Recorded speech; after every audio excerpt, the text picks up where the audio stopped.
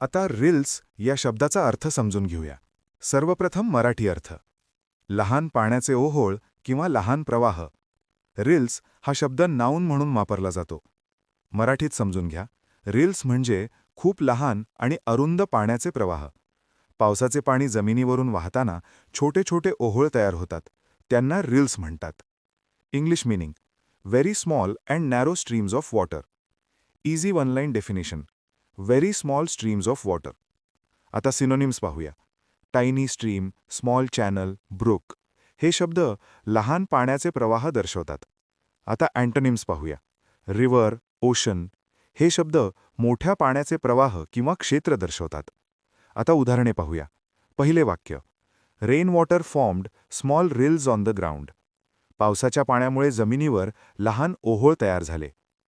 पावसाचे पाणी वाहून छोटे छोटे पाण्याचे मार्ग तयार झाले. आता मित्रांनो, थोडा विचार करा.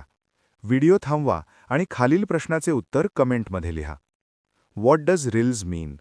ए. Large rivers. B. Very small streams of water. C. Deep lakes. D. High mountains.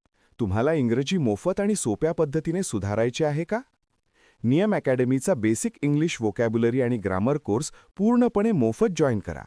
आत्ताच हा नंबर नियम अकॅडमी इंग्लिश नावाने सेव्ह करा. 9270275060. नंतर व्हॉट्सॲपवर हॅलो सर असा मेसेज पाठवा.